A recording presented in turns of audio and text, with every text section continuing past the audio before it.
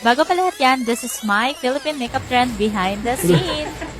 Alam niyo ba guys na lahat ng ginamit ko from costume, backgrounds, ay hiniram ko lang lahat. Wala kami studio and friends ko lang talaga yung mga tumulong sa akin. Sige, hipak pa. Pero wag kayong mag-alala guys, nakahanap din kami ng smoke machine. May nagagalit na lola. Sa true lang mga be. Ito yung pinaka-low cost pero pinaka-nag-enjoy akong trend. Siguro ganun talaga kapag pinapaligiran ko ng mga taong mahal ka. Tingnan niyo naman kung gano'ng ganap na ganap ang besi ko. Madamit-damit pa siya ha, pero kamay lang yung nakita. Hindi naman talaga namin kaya to na kaming dalawa lang ng jowa ko. Actually guys, one of my friends is stylist ko. Balak talaga namin gumawa ng costume kaso hindi na kaya ng time. Sige, ikaw ba naman 7 looks, 'di ba? Kaya mo ba 'yon? Mag-isa ka lang.